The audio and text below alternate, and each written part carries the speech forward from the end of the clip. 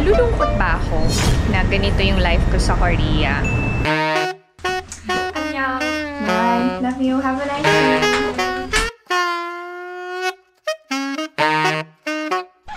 Nakakakilig! Ibang klase magpakilig ang mga gamit sa bahay, no? Dinaig pa yung asawa natin.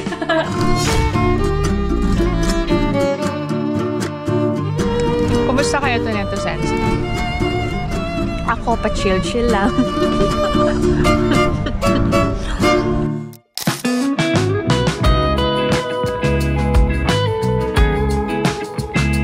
Do whatever makes you happy. Enjoy your life.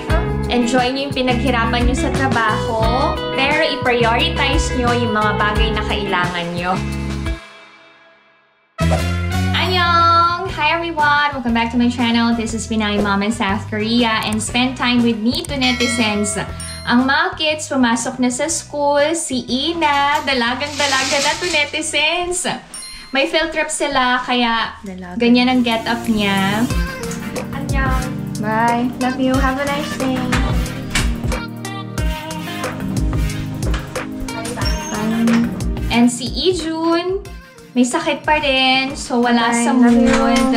But at least kumain siya ng almusal. Anyway, may time ako for myself. Actually, bigla ang vlog lang to. Hindi naman naka-schedule. I just wanna enjoy my time alone. Pero, naalala ko kayo to netizens. And ayokong ma-feel na mag-isa ako ngayong araw na to. Kaya, isasama ko kayo. So, get ready with me muna. Nag-ano na ako skincare and foundation. Kasi nga bigla ang vlog. Magkikilay na ako because kilay is life. Parang kailangan ko nang magpa-microblading ulit. Yung microblading kasi, pwede once in 2 years nyo gawin. Nagfe-fade din kasi. Magkano ang microblading dito sa South Korea? Yung last na ginawa ko is worth 200,000 won. Tapos merong isa or dalawang beses na retouch. Hindi na ako nag-attend ng makeup class kasi punong-puno na yung schedule ko. Parang araw-araw, ang dami kong ginagawa. Sina yung makeup na ginagawa niya sa sarili niya, bagay sa kanya. Simple lang. Hindi naglalagay ng sobrang kapal na kilay, yung pilik mata. May nagtanong, hindi ba mahilig sa accessories si Ina? Hindi. Gusto niya, simpleng-simple lang siya. Alam niyo pinaghahandaan niya? Damit niya. At saka yung makeup and hair na simple lang din. May mga gold and silver accessories si Ina. Hindi niya ginagamit. Pag naisipan lang niyang gamitin, kagaya today, meron silang field trip na earrings and necklace siya. Tapos gamit niya yung bag ko. Grabe, alam niyo, ang bilis ng panahon kasi naghihiraman na kami ng gamit ni Ina. Samantalang dati, ang liit-liit pa. Tapos, nabibihisan ko pa siya. Kung ano yung gusto kong ipasuot, go lang. Ngayon, hindi na. She has her own fashion style na opposite sa akin, pero okay lang. I allow the kids to explore, make their own style, express themselves. Pero, syempre, as a mom, nagsasuggest pa rin ako and nagre-recommend. Pag ayaw nila. Hindi ko na pinipilit. Basta komportable and confident sila. Support ako dyan. Tapos, ang gamit kong blusher ay Happy Go Rosy Mineralized Blush from MAC. Yan. Para lang rosy chick style. Oh, wow. Sabi kasi nung teacher ko sa taping and massage, dapat daw, pag hinahawakan natin yung skin natin, kahit sa anong parte, dahan-dahan lang.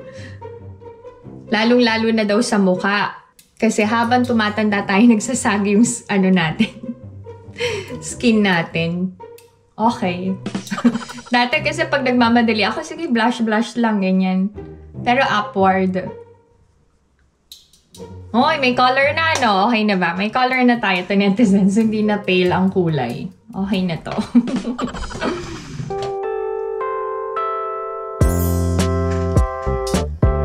Okay na to. Okay na.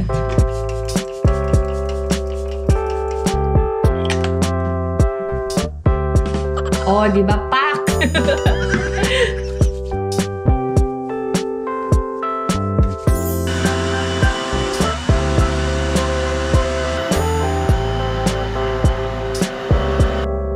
Okay, done ang hair. Final touch. Touch by touch. Maayos siya ngayon na may magulo na siya. Self-love, self-care to netizens. Okay. Ay! Love it!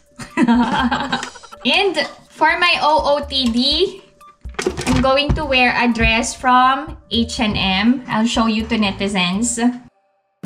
So this is the look. Very simple lang, but I have to wear a blazer kasi medyo malamig pa. Pupunta tayo ngayon sa Yonde Outlet para i-after service yung favorite sandals ko from Dax. Yes, Dax talaga yung pangalan ng brand. Sa Pilipinas lang naman may mali siya yung Dax. It's a Korean local brand na favorite naming mag-asawa. Samahan nyo na ako to netizen. Sadala kayo!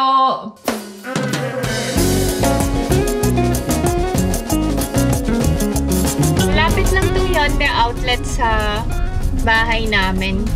Kaya madalas dito kami namimili. Ito yung sandals. Let's go!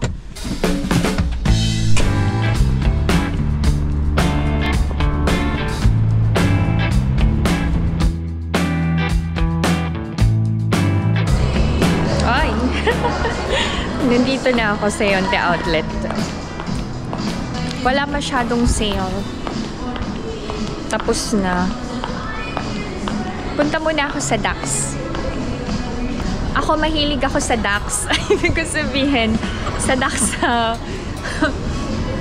items. Natatawa ako to netizens.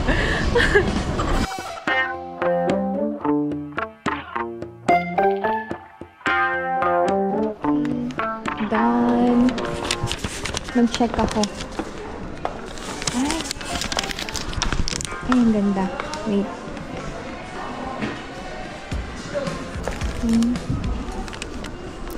Dahil suki ako ng Dax, sabi niya, yung pang summer, wala pa daw.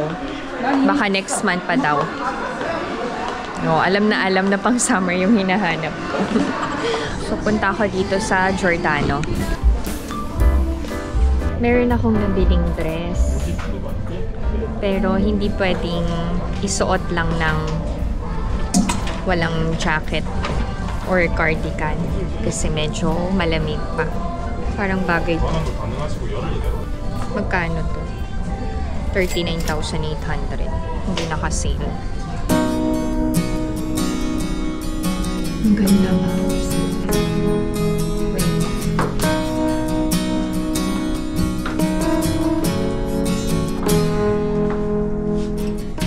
Hindi ko binili. Okay. Maganda din tong brand. Forham. Hindi ganun kamahal. Pero maganda yung tela.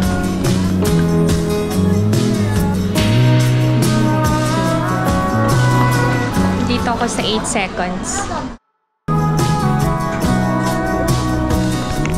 Hindi kasi naka-sale eh. Mga new arrivals. Ano yun? Wala ako nagustuhan sa 8 seconds. Try ko dito sa Tommy. Kapag talaga hindi ko schedule ng shopping, wala akong gana tingin-tingin. Uwi na tayo to netizens. Sayang oras ko dito. Hindi pa pala ako uuwi. Pupunta ako sa Moda Outlet para mag-check ng dish rack. Gusto ko nang palitan yung ginagamit ko sa bahay. Samahan nyo na ako, ha? Diyan lang kayo.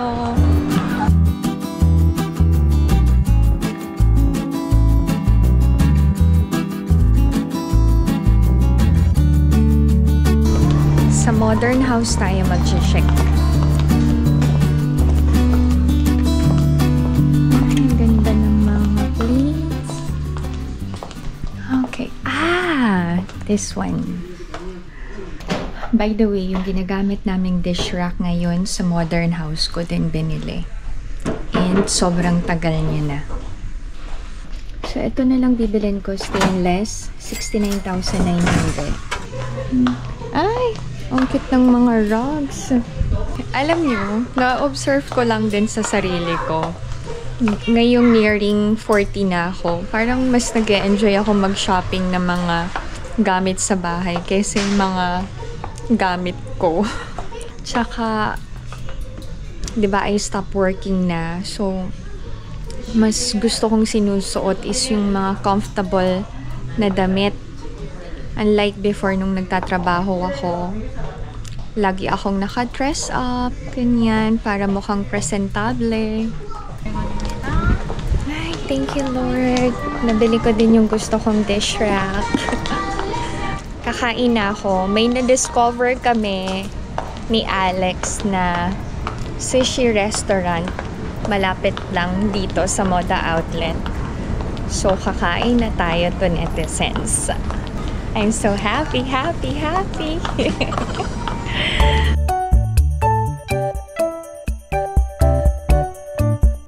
Ilalagay ko lang to sa sasakyan.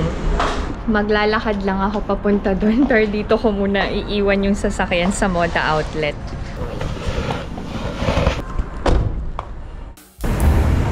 Si Alex, late na siyang uuwi tonight kasi meron silang company dinner. So, I'm just enjoying myself alone. Ang mga kids din, nagpaalam. Meron silang schedule together with their friends after academy. So, go lang kami sa kanya-kanya naming lakad. Nalulungkot ba ako na ganito yung life ko sa Korea? Hindi nalulungkot. May times na naho-homesick ako. May times na namimiss ko yung maingay na pamilya. Kasi sa pamilya namin, ako lang ang maingay. Happy and contented naman with all the things that I have here. Ang importante naman is healthy and buo ang pamilya ko dito sa South Korea. Pero wala namang perfectong pamilya. May mga conflicts din kami na hindi ko naman na kailangang i-share sa public. Hindi ko din kasi ugali yun. Tsaka yung magpo-post-post. No talaga sa akin. Pero may mga times na may hugot ako Pero hanggang dun lang. Let's just walk to netizens, exercise. Sana hindi pa break time. Kasi ang mga restaurants dito sa South Korea, may break time din sila. Anong oras usually break time nila? From 3 p.m. to 5 p.m. Late ang lunch ko kasi hindi na ako nagde-dinner. Sobrang effective yon to netizens.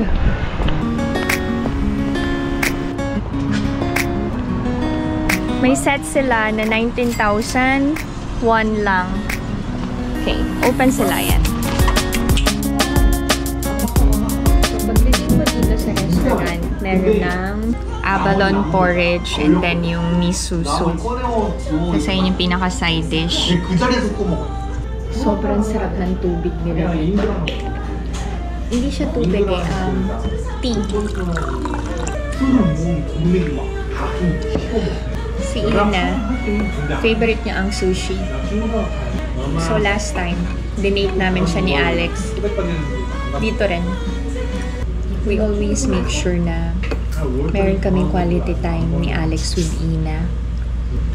Pero, hindi ko naman na bina-vlog yun. Thank you, brother. So, ito yun. Kailangan natin ng soy sauce. Ginger. Pantanggal naman yung ginger and garlic. Hindi, gusto ko tong i-vlog. Kasi masarap. Last time kasi nandito kami. Hindi ako nag-vlog. Para lang masulit namin yung oras namin with Ina. Kain tayo.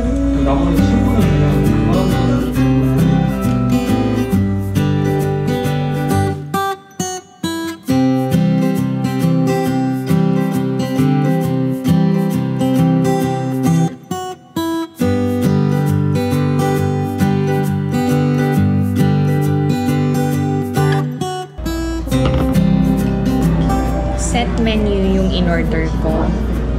Aside from sushi, meron ding nurongji udong.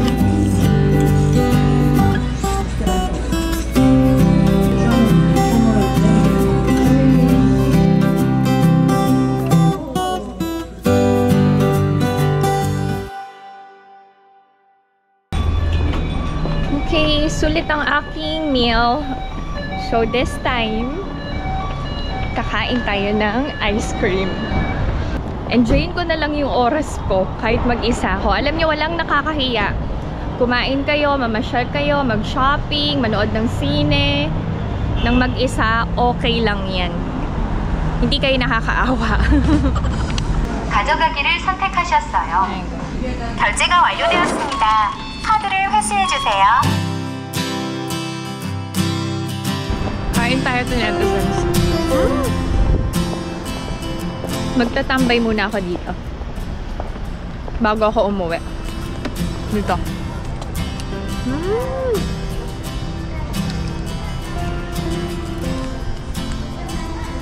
Kumusta kayo to netizens?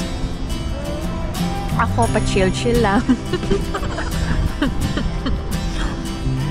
Nag-message si Ina kanina lang. Pauwi na daw sila. Mag-send siya ng pictures niya. Kasama yung teacher and friends niya. Dalagang-dalaga na sa netizens. Si Ina. Wala muna daw siyang planong mag-boyfriend ulit. Gusto niya na mag-focus sa pag-aaral niya muna. Paano kayo kumain ng ice cream? Ako kinakagat ko. Yung iba kasi dinidilaan eh. Try nga natin dilaan. Laswa. Sorry, hindi ko kaya. Kagating ko na lang. Nabusog na ako. Uwi na tayo to netizens. Register lang ako ng parking.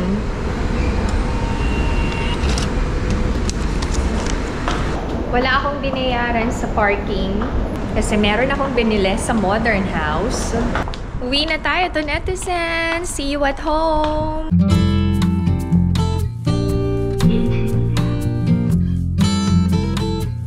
I'm already home to netizens. Sabi sa inyo, sobrang kapit ng Dior Addict.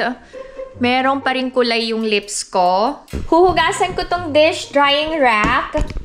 And then, gagamitin ko na yung bagong Corelle set na binigay ni Alex sa akin. Tatanggalin ko na yung luma namin. Ito na yung ipapalit ko. Nakakakilig! Samahan nyo na ako to netizens. Diyan lang kayo.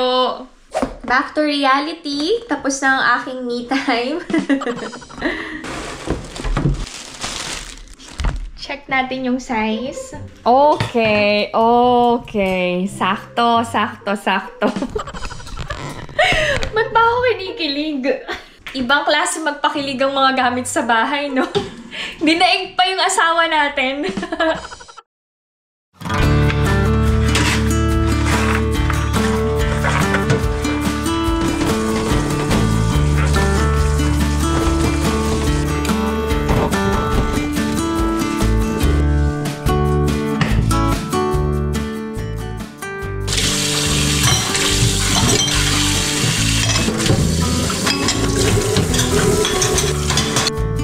So, ganito na siya. Ayan. Siyempre, kailangan kong ligpitin yung mga hindi nagagamitin para maayos. Sobrang tagal na din nitong set na to. Almost 15 years na.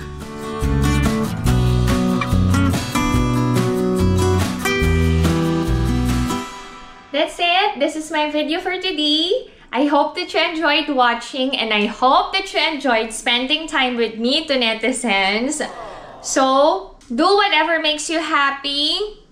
Enjoy your life. Enjoy nyo yung pinaghirapan nyo sa trabaho. Kainin nyo yung gusto nyong kainin. Bilhin nyo yung gusto nyong bilhin. Pero i-prioritize nyo yung mga bagay na kailangan nyo. Kapag may extra, doon nyo bilhin yung mga bagay na gusto nyo. Ano-ano yung mga bagay na i-enjoy nyo to netizens? I-share nyo nga. Baka pwede ko din gawin. Stay safe everyone. Bye! Heart, heart. Love you to netizens.